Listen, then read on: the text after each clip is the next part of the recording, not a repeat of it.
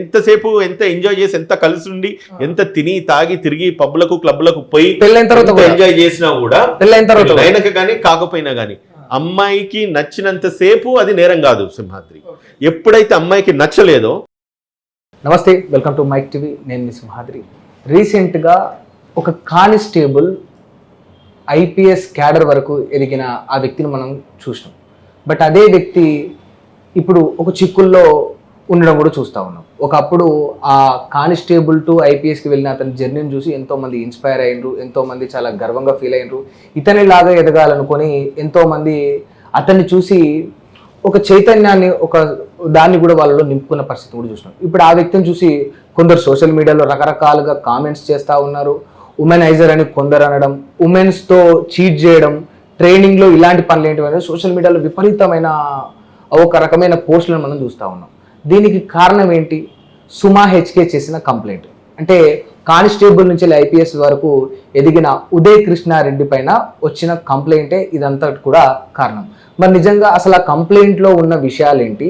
ఈ కానిస్టేబుల్ నుంచి ఐపీఎస్ వరకు ఎదిగిన వ్యక్తి నిజంగా ఒక ఉమెన్, అది కూడా దట్టు అతనితో పాటు ట్రైనింగ్లో ఉన్న ఒక ట్రైనీ ఐపీఎస్ అధికారిని ఆయన ఇట్లా చేస్తాడనడానికి నిజంగా ఆమె దగ్గర ఆధారాలు ఉన్నాయా? అసలు ఈ కేసులో నిజాలు ఏంటి? అసలు ఈ కేసు యొక్క ప్రస్తుత స్టేటస్ ఏంటి? అక్కడ కంప్లైంట్ చేసిన ఆ ట్రైనీ ఐపీఎస్ అయిన సుమా చెప్పిన అంశాలు ఏంటి? తిరిగి ఆ కంప్లైంట్ విషయంలో సమాధానం చెప్పిన ఉదయ్ కృష్ణారెడ్డి చెప్పిన విషయాలు ఏంటి? అన్నీ కూడా అడిగి తెలుసుకునే ప్రయత్నం చేద్దాం. మనతోటి high court senior advocate Kampalli Udayakanth గారు ఉన్నారు. సార్ నమస్తే. రైట్. యాక్చువల్లీ ఇది చాలా పెద్ద విషయం సార్. అంటే అతను కానిస్టేబుల్ నుంచి వెళ్ళి ఐపీఎస్ వరకు వెళ్ళడం అనేది ఒక గొప్ప విషయం. అలాంటి వ్యక్తి ఒక ఉమెన్ పట్ల ఇట్లా బిహేవ్ చేసిండు అనేది అదంతా చిన్న మ్యాటర్ కూడా కదా, సెన్సిటివ్ ఇష్యూ కదా. అసలు నిజంగా ఇందులో నిజాలు ఏంటి, అబద్ధాలు ఏంటి, వాస్తవాలు ఉన్నాయా? అది ఒక తనతో పాటు ట్రైనింగ్లో ఉన్న ఒక ఐపీఎస్ ఇట్లా కంప్లైంట్ చేయడం ఏంటి సార్? ఎప్పుడు కూడా చూడలేదు ఇండియాలో. అసలు ఇది మేబీ ఫస్ట్ టైం అనుకుంటా. మీరు చూసిండ్రా? నేను చూడడం వరకు అంటే అట్లా బిహేవ్ చేసినట్టు మీరేం చూసిందా? చూడలేదు. బట్ కంప్లైంట్ దారు విషయాలు అయితే అట్లనే ఉన్నాయి కదా సార్. అసలు అట్ ద సేమ్ టైం ఈమె కంప్లైంట్ ఒక ఐపీఎస్ ఆఫీసర్, ఎవరైతే accused person as per the FIR ఆయన కూడా ఒక ఐపీఎస్ ట్రైనీ ఆఫీసర్, ఇద్దరు కూడా ట్రైనీ ఆఫీసర్లు. ఇద్దరు ఐపీఎస్ ఆఫీసర్లు ఉండి ఒక పోలీస్ స్టేషన్కి వెళ్ళేసి ఒక ఉమెన్ కంప్లైంట్ ఇచ్చిందంటే ఒకటి ఏంటంటే నిప్పు లేని పొగరాదు, మన వాళ్ళ భాషలో ఒక సామెత ఉన్నది. అంత స్థాయికి ఒక ఉమెన్ హ్యూమిలేట్ చేసినాడు ఒక ఐపీఎస్ ఆఫీసర్. దాని తర్వాత ఆమె బేసి పోలీస్ స్టేషన్లో కంప్లైంట్ ఇచ్చింది. దానికంటే ముందు ఒకటి ఏమంటానంటే, ఎప్పుడైతే ఒక డిపార్ట్మెంట్ కానీ, ఒక అథారిటీ కానీ, ఒక ఆర్గనైజేషన్ కానీ ఎప్పుడైతే సెక్షువల్ అసాల్ట్స్ జరుగుతాయో వాళ్ళ మీద ఇంటర్నల్ కమిటీస్ కొన్ని ఉంటాయి. ఆ కమిటీస్ ఫస్ట్ ఎంక్వైరీ చేయాలి. ఇన్వెస్టిగేషన్ చేసిన తర్వాత వాళ్ళు చర్య తీసుకోవచ్చు. వాళ్ళు సాటిస్ఫై కాకపోతే దెన్ ఆఫ్టర్ పోలీస్ను అప్రోచ్ కావచ్చు. పోస్ట్ కమిటీస్ అని ఉంటాయి. దాన్ని కాకుండా దాన్ని అధిగమించుకొని ఈ లేడీ అక్కడికి ఎందుకు వెళ్ళింది ఆయన మీద పోలీస్ స్టేషన్లో కంప్లైంట్ చేయాల్సి వచ్చింది. అండ్ ఒకటి ఏంటంటే, కేసు ఎప్పుడైతే మొదలవుతుందో మొదలైనప్పటి నుంచి మనం ఎఫ్ఐఆర్ స్టేజ్ నుంచి ఒకసారి కేసు చూడాలి. అలిగేషన్ రేజ్ అయింది ఎక్కడ, అండ్ దాని తర్వాత ఎందుకు ఈ అలిగేషన్ రేజ్ అయింది, అలిగేషన్ చేస్తుంది ఏంటి, ఆమె ఇచ్చిన కంప్లైంట్ ఏంటిది. ఒక వ్యక్తి మీద వన్స్ ఎప్పుడైతే ఎఫ్ఐఆర్ అవుతుందో ఆ కంప్లైంట్ ఉన్న అలిగేషన్స్ ఏంటిది అనేది కూడా ప్రైవేట్ ఫైల్స్ కేసు ఎస్టాబ్లిష్ కావాలి. దాని తర్వాత ఉదయ్ కృష్ణారెడ్డి అనే వ్యక్తి తనను సెక్షువల్గా అసాల్ట్ చేసిందని చెప్పి ఈమె ఇచ్చిన కంప్లైంట్ ఎప్పుడు సింహాద్రి 18 తారీఖు నాడు ఇస్తే 18 తారీఖు నాడు నైట్ 11 గంటలకు కంప్లైంట్ ఇచ్చింది. దాన్ని ఎఫ్ఐఆర్ చేసినారు ఎప్పుడు 19 తారీఖు నాడు. ఓకే, సెక్షువల్ అసాల్ట్ కింద ఎఫ్ఐఆర్ చేసిండ్రు. సో ఇందులో మోర్ పర్టికులర్లీ ఏమంటుందంటే, ఇతను నన్ను సెక్షువల్గా హరాస్ చేస్తున్నాడు, నా తోటి ఎంప్లాయీస్కు నాకు సంబంధం ఇచ్చేస్తా ఉన్నాడు, నన్ను బలవంతంగా తన రూమ్లోకి తీసుకెళ్ళినాడు, తన రూమ్లోకి తీసుకొని నన్ను సెక్షువల్ అసాల్ట్ చేసిండు, నాతోని సెక్షువల్ రిలేషన్ కంటిన్యూ చేసుకోమన్నాడు, మీద కత్తి పెట్టిండు, నా మీద కన్స్ విసిరేసిండు. ఇవన్నీ కూడా కొన్ని అలిగేషన్స్. పెద్ద అలిగేషన్ ఉంది సార్. తన ఫోన్ పాస్వర్డ్ బలవంతంగా తీసుకొని అందులో తన సంబంధించిన ప్రైవేట్ వీడియోలు తీసుకొని తన హస్బెండ్కి పంపించడానికి కూడా ఆమె కంప్లైంట్ చేసింది. తన ఫోన్ పాస్వర్డ్ నాకు ఇవ్వండి చెప్పు అని చెప్పి బలవంతం పెట్టిందని చెప్పి కంప్లైంట్లో.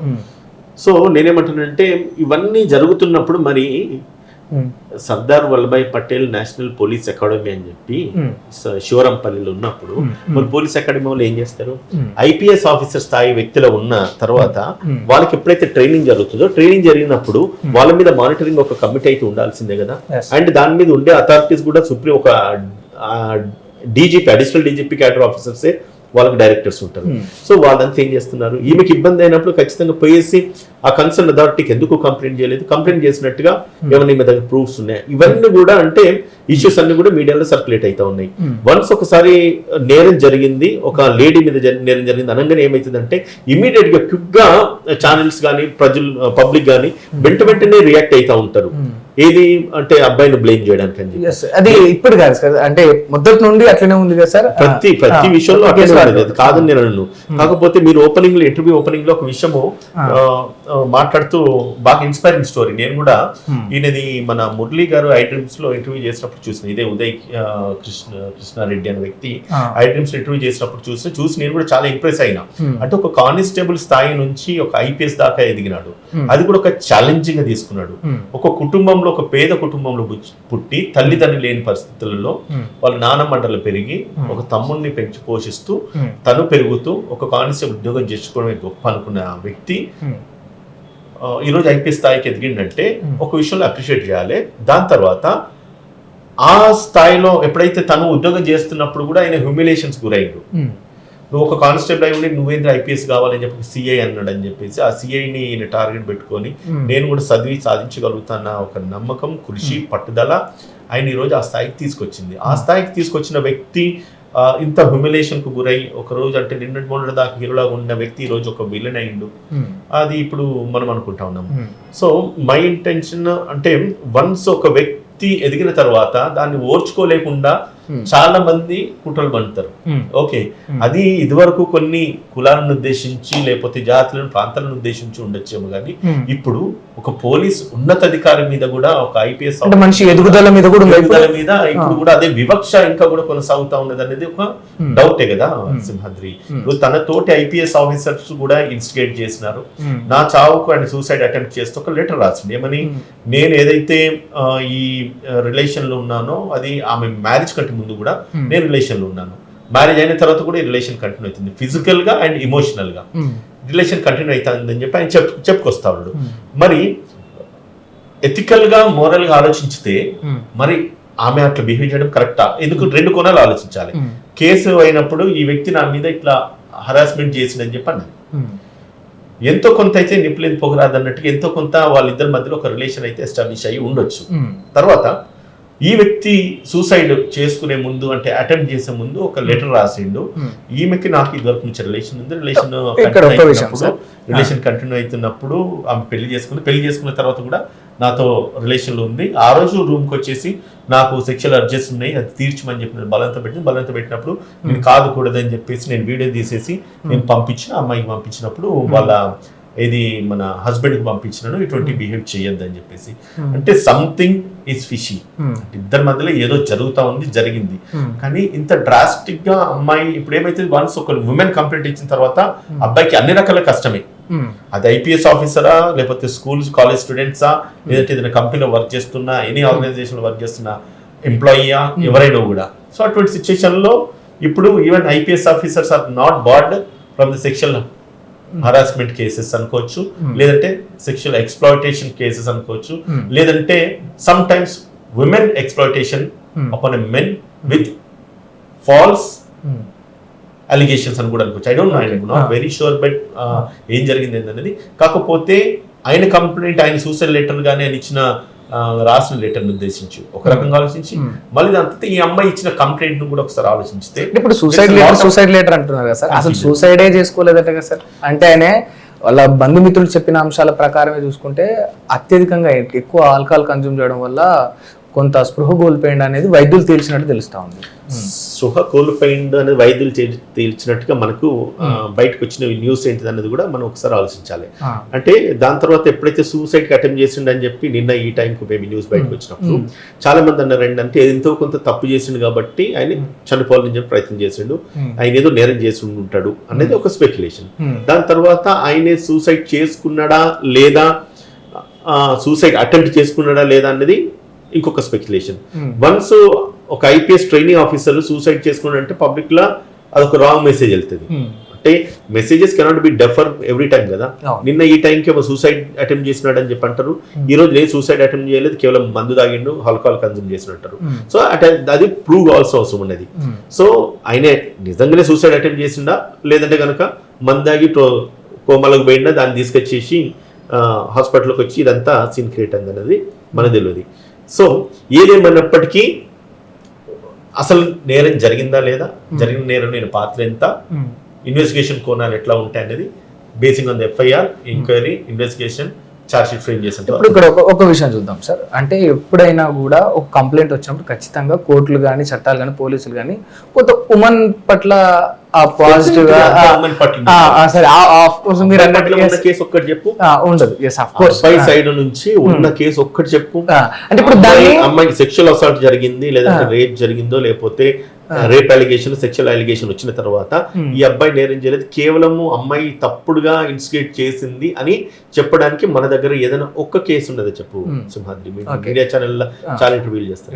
బట్ ఒక విషయం ఏంటంటే రీసెంట్ గా బెంగాల్లో జరిగిన ఒక తీర్పును, అంటే ఇట్లనే ఒక పోక్సో కేసులో ఒక మైనర్ సంబంధించి ఇద్దరు మైనర్లే, వాళ్ళిద్దరు కూడా మైనర్లే ప్రేమించి ఇష్టపడి ఇంట్లోంచి పారిపోయారు.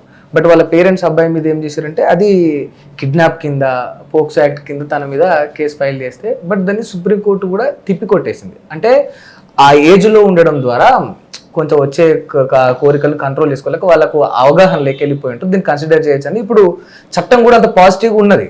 మరి చట్టం అంత పాజిటివ్ ఉన్నప్పుడు కూడా అంటే ఐపీఎస్ స్థాయిలో ఉన్న వాళ్ళు కూడా ఎట్లా ధైర్యం చేస్తారు సార్? ఇప్పుడు కోర్ట్స్ ఇస్తున్న తీర్పులలో ఉన్న ఇంటర్ప్రిటేషన్స్ వేరు. ప్రతి దాన్ని ఇప్పుడు కోర్టు ఇచ్చిన తీర్పును నిర్దేశించి మనం అన్ని చేయాలంటే కొన్ని సార్లు అది అనెథికల్ అవుతున్నాయి. దాన్ని కూడా మనము, నేను వ్యక్తిగతంగా అయితే పరిగణలోకి తీసుకోను, దాని మీద నేను కూడా కామెంట్స్ చేయను. బట్ ఒక అమ్మాయికి ఉన్న అర్జెస్, దాని కోరికలు తీర్చుకోవడానికి చెప్పి వాళ్ళు చిన్న వయసులో చేసిన తప్పులను పేరెంట్స్ తప్పుడుగా వాడుకొని కేసులు కట్టద్దు అని చెప్పేసి సుప్రీంకోర్టు యొక్క తీర్పు యొక్క సారాంశం అది. ఓకే, సో దాంట్లో నిజంగానే నేరం జరిగిందా, ఆయన తీసుకెళ్లి ఆమెను రేప్ చేస్తున్నాడా, కిడ్నాప్ చేస్తున్నాడా, విత్ కన్సర్న్ పోయిందా, వితౌట్ కన్సర్న్ పోయిందా, ఇవన్నీ కూడా టెక్నికల్ గా టు సమ్ ఎక్స్టెంట్ కేసెస్ పోయి ఉంటాయి. సో దాన్ని ఫైనల్ అవుట్కమ్ ఏంటంటే ఇటువంటి వాటిలో ఆ ఒక్క మోర్ పర్టికులర్ కేసును సుప్రీంకోర్టు కొట్టేయడం జరిగింది. ఎందుకంటే పేరెంట్స్ తప్పుడుగా వాడుకుంటా ఉన్నారు పోక్సో అనే చట్టాన్ని, వాడుకుంటా ఉన్నారు అనేది. పోక్సో లాంటి కేసుని పేరెంట్స్ తప్పుడుగా వాడుకుంటారు అనేది ఎట్లా ఉందో అట్లనే అమ్మాయిలకు కొంత చట్టం కన్సర్న్ గా ఉంటది కనుక కొంతగా మీరు అన్నట్టు చాలా అమ్మాయిలు దాన్ని ఎక్కువ మిస్యూజ్ చేస్తున్నారా? కొంత కదా, అంత వాళ్ళకి అనుకూలం దాన్ని మిస్యూజ్ చేస్తున్నారు. ఇప్పుడు వాంటెడ్ గా మీరు ఎన్నో కేసులు వాదిస్తుంటారు కదా, మొత్తం అంతా కూడా అమ్మాయికి అనుకూలంగా చట్టము when it comes to men and women 99.99% అమ్మాయికి అనుకూలంగా. నా క్వశ్చన్ ఏంటంటే ఎందుకు సార్? ఎందుకంటే ఇప్పుడు ఒకటి ఏంటంటే ప్రీవియస్ డేస్ నుంచి, పురాతన కాలం నుంచి women always week personality. Women కు సేఫ్టీ, సెక్యూరిటీ ఇప్పుడు భారతదేశం లేదు, చట్టాలు అంత కఠినంగా ఉన్నాయి కాబట్టి అంతో ఇంతో ఉమెన్ కొంత ప్రొటెక్ట్ కాగలుగుతుంది, బ్రతకగలుగుతుంది. ఆ మాత్రం కూడా చట్టాలు లేకపోతే ఇంత జరుగుతున్నా కూడా మన భారతదేశంలో సెక్షువల్ అసాల్ట్లు కానీ, సెక్షువల్ హరాస్మెంట్లు కానీ, లేకపోతే మైనర్ గర్ల్స్ మీద 70 ఏళ్ళు 80 ఏళ్ళ వృద్ధులు కూడా సెక్షువల్ గా ట్రాప్ చేస్తున్నారు, వాడుకుంటున్నారు, మిస్బిహేవ్ చేస్తున్నారు, మిస్యూజ్ చేస్తున్నారు. ఇన్ని శిక్షలు పడుతున్నప్పుడు కూడా ఒక్క గర్ల్ ను పట్టుకొని 30 మంది రేప్ చేసిన సందర్భాలు మన భారతదేశంలో చూస్తాం. ఓకే, ఒక మైనర్ గర్ల్ 4 years గర్ల్ ను కూడా రేప్ చేసిన సందర్భాలు మనం భారతదేశంలో చూసినాం, మనం ఒక కేసు చేసినాం కూడా. సో ఇంత ఫేవరబుల్ గా, ఉమెన్ ఫేవరబుల్ గా చట్టాలు ఉండి సెక్షువల్ అసాల్ట్ మీద ఇంత స్ట్రింజెంట్ పనిష్మెంట్ ఉన్నప్పటికీ కూడా రేపులు జరుగుతూ ఉన్నాయి, మానభంగాలు జరుగుతూ ఉన్నాయి. ఎందుకు చట్టాలు అనుకూలంగా ఉన్నాయంటే women is always week person and victim అవుతారు కూడా. ఇటువంటి జరిగినా కూడా విక్టిమ్ అయ్యేది ఉమెనే. మన భారతదేశంలో ఏమున్నా కూడా మొగడే కదరా ఏం పోయింది అని అంటాం. ఆడపిల్లకి వచ్చేసరికి ఆడపిల్ల జాగ్రత్తగా ఉండాలి, అయ్యో పాపం అనే విధంగా అన్ని రకాలుగా బయాలజికల్ గా నష్టపోయేది కానీ, ఫిజికల్ గా వీక్ ఉండేది కానీ అంతా కూడా ఉమెనే. కాబట్టి ఉమెన్ కి అనుకూలంగా చట్టాలు ఉంటాయి, దాని మీద మనము ఎటువంటి నెగిటివ్ కామెంట్స్ చేయట్లేదు. ఓకే, బట్ ఇక్కడ ఒక విషయం ఏంటి sir, out of the box నేను అడుగుతున్నా. మీరు ఎట్లయితే ఇప్పుడు అంటే ఒక 30 మంది కలిసి ఒక అమ్మాయి పైన సెక్షువల్ అసాల్ట్ పాల్పడరని మీరు ఎట్లయితే చెప్తున్నారో, ఒకే అమ్మాయి ఒక 30 మంది అబ్బాయిని ట్రాప్ చేసి మోసం చేసి ఫూల్స్ చేసిన దాఖలాలు కూడా చూస్తుంటాం కదా సార్. ట్రాప్ చేసి మోసం చేసినంటే వాడంత వీక్ మైండ్ పిల్లలు ఇంకోడోడు ఉండడు. ఒక ఆడపిల్ల ట్రాప్ లో పడ్డాడంటే trap itself it's trap మీరు అంటున్నట్టుగానే. ఇంకా మళ్ళీ దాని తర్వాత అది వాని వీక్నెస్. అది మోసపోవడం అనేది, మోసం జరగడం, మోసం చేయడం అనేది మన సమాజంలో ఒక నైజం. అది మోసపోవడం అనేది నీ వీక్నెస్. నేను ఎప్పుడైనా చెప్తా, సమాజంలో మోసం చేయడం తప్పు కాదు, మోసపోవడం తప్పు అని చెప్తా. నీ జాగ్రత్తలు నువ్వు ఉండకుండా నువ్వు ఆడపిల్ల ట్రాప్ లో పడి నువ్వు ఒక ట్రోమాలకు లేకపోతే ఇక ట్రాన్స్ లకు పోయేసి నేనేదో మోసపోయినా ఆడపిల్లకి ఇంతమంది ఒక ఆడపిల్ల మోసం చేసింది అని చెప్పేసి why you should fall that trap అని నేను అంటా. ఒక ఆడపిల్ల 30 మందిని 40 మందిని మోసం చేస్తుందంటే మరి మోసం నువ్వెందుకు పోయినావు? మరి నీకు అనుకూలంగా చట్టాలు ఏమైనా ఉంటే మహా అంటే చీట్ చేస్తే చీటింగ్ కేసు పెట్టచ్చు.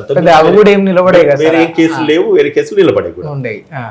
ఓకే సార్, ఈ విషయానికి అటు ఇప్పుడు ఇదే కేసుల విషయంలో మనం ఇప్పుడు ఉదయ కృష్ణారెడ్డి కానీ సుమా విషయం తీసుకుంటే ఈ కేసు నిలబడే పరిస్థితి ఉన్నదా? ఇప్పుడు అక్కడ తను కేసు ఫైల్ చేసింది అత్తాపూర్లో కదా, అది నిలబడే ఛాన్సెస్ ఉన్నదా? నిలబడే ఛాన్సెస్ ఉన్నదా అంటే ఫస్ట్ ఆఫ్ ఆల్ వీళ్ళిద్దరు నిలబడాలి. కేసు పెట్టిన అమ్మాయి నిలబడాలి, కేసు కొట్లాడడానికి ఆయన నిలబడాలి.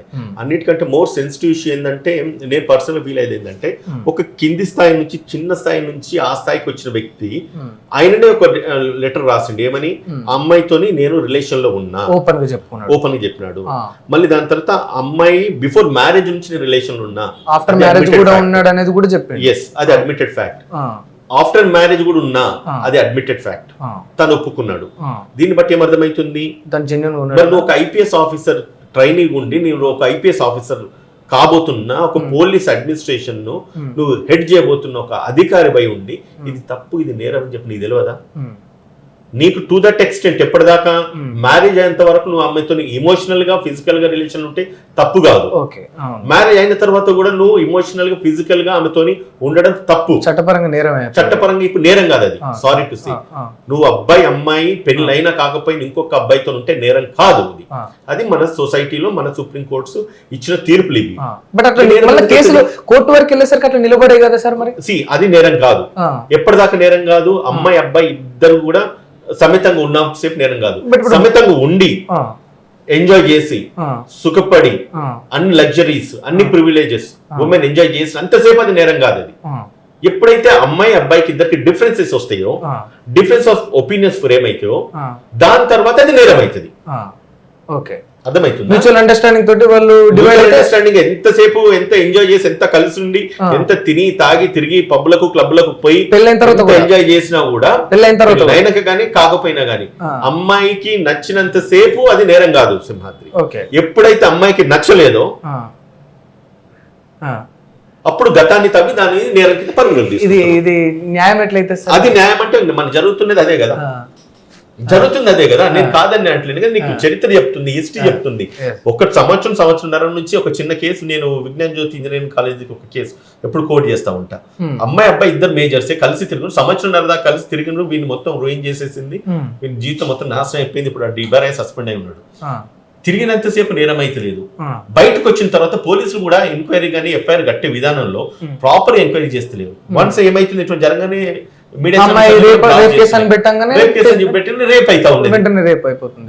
నిన్న మొన్న రేపు కాదు, ఈ రోజు జరిగింది రేపు అయితా ఉంది. సో అంటే చట్టాల్లో ఉన్న విసులుబాటు, చట్టాల్లో ఉన్న ఈ మన ఏమంటాము అంటే లీగల్ ఏవైతే అమ్మాయికి ఉన్న ఒక రైట్స్ ఏవైతే ఉన్నాయో దాన్ని ఆబ్వియస్లీ అబ్బాయి నష్టపోతున్నాడు.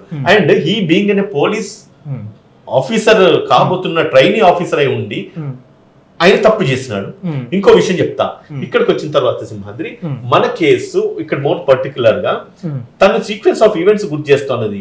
8th నాడు ఒక ఇన్సిడెంట్ జరిగింది, దాని తర్వాత 9th సెప్టెంబర్ నాడు ఒక ఇన్సిడెంట్ జరిగింది, అంతకంటే ముందు 10th నాడు ఒక ఇన్సిడెంట్ జరిగింది. మరి ఇన్ని డేట్స్ ఇన్ని సార్లు మెన్షన్ చేస్తున్నప్పుడు దాని తర్వాత ఏం జరిగింది? నీకు ఈ ఇన్సిడెంట్ ను 18th తారీఖు నాడు ఎందుకు రిపోర్ట్ చేయాల్సి వచ్చింది? ఏమి సో నన్ను బ్లాక్ మెయిల్ చేస్తున్నాడు, నన్ను థ్రెటన్ చేస్తున్నాడు, రూమ్ కు తీసుకెళ్ళినాడు, నా మీద కంప్లైంట్ చేసినాడు, ఫోర్సబుల్లీ టుక్ మీ టు ద రూమ్ అనేసి అంటా ఉన్నది. మరి ఇవన్నీ కూడా ఎప్పుడు జరిగినాయి? 8th నాడు 9th నాడు జరిగినాయి. ఈ రోజు ఒక అమ్మాయి మీద ఒక అరాచకం జరిగిందో లేకపోతే రోడ్ మీద ఒక అట్రాసిటీ జరిగిందో జరిగినప్పుడు ఇమీడియట్ గా మనం ఎందుకు డైల్ 100కి ఎందుకు ఫోన్ చేస్తలేము? ఇమీడియట్ గా పోలీస్ స్టేషన్ పోయి ఎందుకు కంప్లైంట్ ఇస్తలేము? లేట్ ఎఫ్ఐఆర్ కదా ఇది. డిలే ఎఫ్ఐఆర్ కదా ఇది. ఎఫ్ఐఆర్ డిలే అయినప్పుడు దాని మెయింటైనబిలిటీ ఉండదు కదా. సరే ఉమెన్ కాబట్టి కొంత కన్సిడర్ చేసేసి మేబీ ఆగుతారు కావచ్చు, ఆడపిల్ల భయపడుతుంది కాబట్టి ఇమీడియట్ గా వాళ్ళు ఇటువంటి సెక్షువల్ అసాల్ట్ కేసులలో ఇమీడియట్ గా రిపోర్ట్ చేయడానికి ఉండేది, దాన్ని కన్సిడర్ చేయొచ్చు. కానీ you are a being an IPS training officer, నీ లైఫ్ ను నీ లీగల్ రైట్ ని నువ్వే ఈ రోజు అవైల్ చేయకపోతే రేపు నువ్వు ఇండియన్ పోలీస్ సర్వీసెస్ చేస్తూ నువ్వు దేశాన్ని ఏం కాపాడుతావు, right? At the same time నీకు ఒక ఉదయ్కి కృష్ణారెడ్డికి మినిమం ఎథిక్స్ మినిమం మోరల్స్ లేని వ్యక్తివి నువ్వు రేపు సమాజానికి ఒక ఐపీఎస్ ఆఫీసర్ అయ్యి నీ అడ్మిషన్ ఉన్నది అక్కడ, నువ్వు ఇచ్చిన లెటర్, నువ్వు రాసిన letter with your hand writing marriage కూడా ఉన్నది, అది అనెథికల్ కదా. చట్ట పరిధిలో అది నేరం కాకపోయినా కూడా ఇట్స్ అనెథికల్ యాక్ట్. నువ్వు ఎట్లా చేస్తావు? There are several conflicts and confusions in this case wherein both has committed an offense. Okay. And you are in a great high position and ఒక సివిల్ సర్వీసెస్ సెలెక్ట్ అయింది. ఆయన 740 rank, ఒకసారి 350 rank, ఒకసారి వచ్చిన officer అయిన ఆయన ఒక constable స్థాయి నుంచి చదువుకొని వచ్చిన వ్యక్తి. What is the example you are setting to the society? అది ఇంపార్టెంట్ కదా. సో ఇక్కడ చూసుకుంటే అంటే ఎథిక్స్ మోరల్స్ పరంగా చూసుకుంటే సమాజానికి ఇన్స్పైర్ ఉండాల్సిన వీళ్ళిద్దరు కూడా లేరని, వాళ్ళిద్దరు తప్పు చేసిండ్రు. ఆబ్వియస్లీ ఒకటే, నీ మీద నేరం జరిగిందా లేదు, ఇదంతా కూడా ఎంత మిస్అప్ అవుతుంది తెలుసా? రేపు ట్రయల్స్ పోతే నువ్వు అన్నట్టుగా కేసు నిలుస్తుందా నిలవదా అని చెప్పేసి అంటున్నావు కూడా, వేరెవరైనా చేస్తే అది వేరు. ఇటువంటి ఉత్కంఠలు ఏవైతే ఉన్నాయో సమాజాన్ని బాగా ప్రభావితం చేస్తాయి.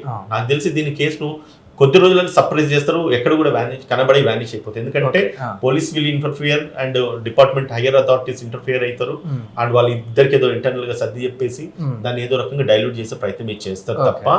ఎందుకంటే వన్స్ ఈ కేసు కనుక ఎక్స్కలేట్ అయ్యి ఇంకా కూడా ముందుకెళ్తే మీలాంటి ఛానల్ చూకోయి కదా. డిపార్ట్మెంట్ కూడా చాలా బ్యాడ్ నేమ్ ఉంటుంది కదా సార్. డిపార్ట్మెంట్ గా మొత్తం అంటే they are the protectors Simhadri. ఇప్పుడు మనము ఒకటి అంటే పోలీసులు నేను ఎప్పుడు అడ్మైర్ చేస్తే, ఎందుకంటే నేను వ్యక్తిగత అడ్మైర్ చేస్తా. ఎందుకంటే మనకి ఎప్పుడైనా ట్రబుల్ వచ్చింది, ఇబ్బంది వచ్చింటే ఫస్ట్ కాల్ పోలీస్కే పోతుంది, పోలీస్కే చేస్తాం. కానీ లేకపోతే అన్నదమ్ములు మన ఇంకా ఎంత కండలు తిరిగిన వీరులు దిగులు సూర్యులు ఉన్నా కూడా we never call them police. అంతా ప్రివిలేజ్ అండ్ అంత ప్రామినెన్స్ ఇవ్వాలి పోలీస్ డిపార్ట్మెంట్ కు ఉన్నది. అటువంటి పోలీస్ అధికారులే తప్పు చేస్తున్నారు. అండ్ ఉన్నత అధికారులు ఐపీఎస్ కంటే మించిన డిజిగ్నేషన్ ఇంకోటి లేదు. They are serving the nation sir. అటువంటి వాళ్ళు ఇటువంటి ట్రాపులలో పడి ఇంత హ్యూమిలేషన్ గురై ఒక లేడీ ట్రైనీ ఐపీఎస్ ఆఫీసర్ ఏంది, ఇంకొక మెన్ ట్రైనీ ఐపీఎస్ ఆఫీసర్ మీద సెక్షువల్ అసాల్ట్ కేసు పెట్టడేంది, అది ఇన్ని రోజులు భరించడేంది. ఆ వ్యక్తి వచ్చేసేమో నాకు ఎప్పటి నుంచో సంబంధం ఉందని చెప్పి బ్లైండ్ గా ఒక పేపర్ రాసుడు ఏంటిది? ఎక్కడ పోతుంది సమాజం, ఏమైతుంది సమాజం? ఓకే, ఇప్పుడు ఓవరాల్ గా వీళ్ళు కాంప్రమైజ్ అయ్యే ఛాన్సెస్ ఉంటాయి కదా సార్? కాంప్రమైజ్ కాకపోతే చేస్తారు. ఎందుకంటే వ్యవస్థలో విలువన్న ఒక ప్రొఫెషన్ ఉన్నారు కాబట్టి ఆ ఒక ప్రొఫెషన్ విలువ తీసే పనులు మీరు చెయ్యొద్దు. సో కాబట్టి దాన్ని అడ్జస్ట్ కాండి, లేకపోతే చదువుకోండి అని చెప్పి నాకు తెలిసి ఇది రికార్డెడ్ ఉంటుంది కదా ఏదో రోజు, మళ్ళీ దీని మీద మాట్లాడదాం. Okay okay sir, right, thank you. Right, చూసారు కదా. అంటే ఇది ఉదయకాంత్ గారు చెప్తున్న అంశం. అంటే చట్టాన్ని కొందరు మిస్యూజ్ చేసుకుంటున్నారు అనేది వాస్తవం. అంటే ఇప్పుడు సమాజంలో నిన్నటి వరకు ఇష్టంగా ఉండి ఇవాళకి కూడా ఇష్టంగా ఉండి ఒక వ్యక్తితోటి ఆ వ్యక్తితోటి ఇవాళ సాయంత్రం కల్లా ఏదో గొడవ అయితే తెల్లారి కల్లా నిన్న మొన్న ఇష్టంతో ఉన్నదంతా కూడా అది రేప్ లాగా మారిపోతుంది. నిన్న వరకు ఇష్టం, ఇవాళ కూడా ఇష్టం, అది వాళ్ళ సాయంత్రం గొడవ అయితే రేపటి రోజున అది నిజంగా రేప్ లాగా వెళ్ళిపోతా ఉంది. పోలీస్ స్టేషన్కి వెళ్ళి కంప్లైంట్ చేసినప్పుడు కూడా పోలీసులు కూడా పూర్తి స్థాయిలో అంటే కొత్త ఎథిక్స్ని మోరల్స్ని పాటిస్తూ న్యాయంగా చూడకుండా ఒక ఉమెన్ వచ్చి రేపుగా కేసు ఫైల్ చేయగానే దాన్ని పోలీసులు కూడా అట్లే కేసు కడతా ఉన్నారు. సో ఇదొక అంశం అయిపోతే అన్నిటికీ మించి ఇక్కడ ప్రధాన అంశం సార్ చెప్పింది ఏంటంటే, ఇప్పుడు ఉదయ్ కృష్ణారెడ్డి విషయం కానీ ఎవరైతే సుమా హెచ్కే విషయం కానీ ఇద్దరిని చూసుకుంటే అసలు మీరు ట్రైనింగ్లో ఉండి అంటే సమాజానికి ఈ వ్యవస్థలో కొంత ఇంపాక్ట్ చూపించేవాళ్ళు, అంటే ఈ వ్యవస్థను కొంచెం మంచి దారిలో నడిపించే వాళ్ళు, ఇట్లాంటి కేసులు ఏమైనా వచ్చినా కూడా దాన్ని కాంప్రమైజ్ చేసి ఆ సమస్యను తీర్చే వాళ్ళే ఈ కేసులకు కారణమయ్యారు అని అంటే వీళ్ళు కొంత ఎథిక్స్ని మోరల్స్ని ఆ ట్రైనింగ్లో మర్చిపోయినట్టు. అంటే ఒక ట్రైనింగ్ ఐపీఎస్ అంటే వాళ్ళు ట్రైనింగ్లో ఉన్నట్టు, వాళ్ళు అక్కడ కొన్ని విషయాలు నేర్చుకున్నట్టు, మళ్ళీ వీళ్ళు నేర్చుకునే దశలోనే ఉండి నేర్పించే స్థాయికి ఎదగకుండా వీళ్ళే ఒకరి చేత బుద్ధి చెప్పించుకునే పరిస్థితికి వీళ్ళిద్దరు వచ్చారు అనేది కూడా చాలా స్పష్టంగా చెప్తా ఉన్నాడు. మరి ఈ కేసుకు సంబంధించి మీ అభిప్రాయం ఏంటనేది చెప్పండి. Thank you.